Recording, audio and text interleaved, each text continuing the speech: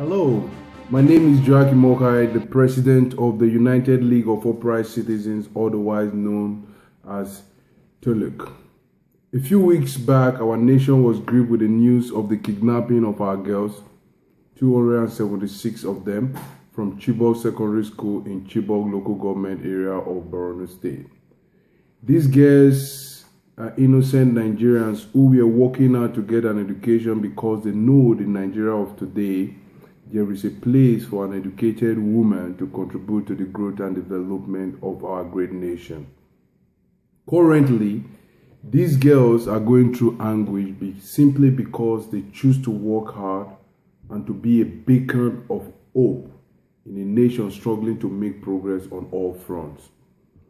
It is unfortunate at this moment in our history that the terrorist group Book Haram are fighting to tear our nation apart, incessantly terrorizing innocent citizens, the recent being the kidnapping of our daughters. These can be likened to be my daughters, and they can be likened to be your daughters. And you can feel the anguish these parents of these girls are going through at this moment in time. Therefore, we join the rest of the world with one voice, calling for the release of these girls. We say, bring back our girls. Using the opening stanza of William Butler Yeats' poem in his book, Things Fall Apart, Chinua Achebe said, turning and turning in the opening girl, the falcon cannot hear the falconer, things fall apart, the center cannot hold, mere anarchy is loose upon the world. It is no news that our nation is plagued with myriads of problems and we are at a break. Many of these problems are directly linked to the numerous shortcomings in leadership responsibilities in our country.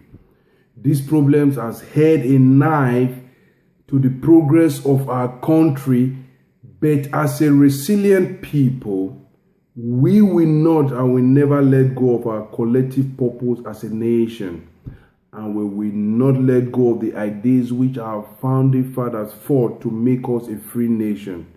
We will not let go of these ideas for expedience's sake. At this moment of travel, our heart goes out to the parents of these girls, and we are standing shoulder to shoulder with them to give them every necessary support possible to find these girls and to bring them back home safely to their parents, while the perpetrators of these crimes against humanity are brought swiftly to justice. As Nigerians, we are aware of the genesis of the atrocities of Boko Haram, but because of the negligence and the deteriorating security situation in our country, Boko Haram has grown stronger by the day, and their operations has gone unabated in northwest Nigeria and its environment. Nigerians, let there be no doubt that as a united people, we cannot be broken by the acts of Boko Haram. These terrorists are in no way stronger than the Constitution of the Federal Republic of Nigeria, and by God's grace, we will defeat Boko Haram and their cohorts in no time. Let it be on record that our country is not at war with Islam. Nigeria is a country with a people who believe in these two great religions, Islam and Christianity. These terrorists do not portray or represent Islam because we know Islam is a religion of peace. We know that no true believer of Islam will partake or permit this present level of carnage in our country. I am my brother's keeper. That is the message of our religions. And this is one of the fundamental cherished values of the larger African society. There is no time in our history as a nation to demonstrate this value other than now. Let us stand as one for peace and unity and the pursuit of happiness. Let us support the vulnerable in our society. Let us be compassionate to one another.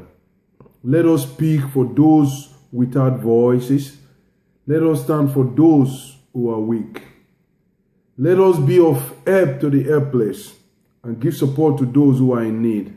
Let us demonstrate this most sacred value, and with one voice and mind, fight Boko Haram and bring it to justice. In this same vein, we call on all individual or body, secret or open, who is supporting this terrorist set in any way to desist from doing so, because posterity will bring all those who are involved in this dastard act to justice. Boko Haram will say, bring back our girls. In the words of Senator John Kerry of the United States, he said, while we must remain determined to defeat terrorism, it is not the only terrorism that we are fighting. It is the belief that motivates the terrorists. A new idea of hatred and intolerance has risen to challenge liberal democracy, paraphrase. And according to Edmund Burke, he said the only thing necessary for the triumph of evil is when good men sit back and do nothing. Nigerians, we must not sit back at this moment in time in our history and do nothing. The little you can, wherever you can, make your contribution and make our guests come back home. Lend your voice to this call and join us in building our nation again. This also we will call on Nigerians and friends of Nigerians all over the world, and we say you must not stand idly by and allow the continuous slaughter of the innocent even in our society. What affects us now as a country also affects the rest of the world, because now we now live in a global village. We are calling on the citizens of the world to join us, to join in the continuous call for the release of our girls, and to also urge their government to join in the war to permanently eradicate and destroy the stronghold of Boko Haram from our country for good. Jose Mara Anza once said, there is no possible negotiations with these killers. Our aim is to win over terrorism. Only by being firm that we can stop terrorists. We must be firm to fight terrorists and opposing the final aim they want to achieve, paraphrased. John Hancock also said, simply put, international terrorism made international cooperation mandatory rather than elective. Collective security has become the only real security against the hydra-headed monster of international terror, paraphrase. Let me also commend members of the Nigerian Armed Forces for a job well done for fighting to defend our democracy, our country against this dangerous group. We know the work before you is tough. We know the blood of your servicemen are shed daily to defend our republic, while the rest of us enjoy relative peace because of your hard work for the country whom you love.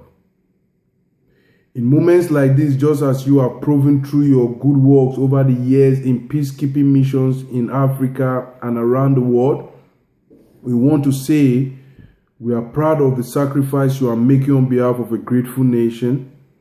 Continue the good work and pursue your operation with the highest level of professionalism possible. Do not stoop low to the level of the terrorists to commit crimes against humanity, but rather fight this good fight by bringing all of them to justice. We, the Nigerian people, know the extent of your sacrifice, and we assure you that as you defend our democracy and our constitution, which guarantees freedom to all, irrespective of tribe and ethnicity, your good works will never be in vain. The countless lives of servicemen who died defending our country will be remembered and honored in time as our true and real heroes. As I round up my message, I want to say our nation has faced threatening situations like this in the past, and we came out victorious. at this moment in our history, we shall win again as a nation. And as a people, we shall become stronger, united, peaceful, and aim for greater glory as we march into the future with the courageous belief that our God, which in Islam is called Allah, will safely guide us in delivering the ideas of our founding fathers to the next generation. Our confidence is firmly summed up in these truths, that no matter how dark the night is, there will always be the breaking of the dawn. And yes, we are confident in the eternal truth of the victory of good over evil. Thank you for listening. May God bless our republic.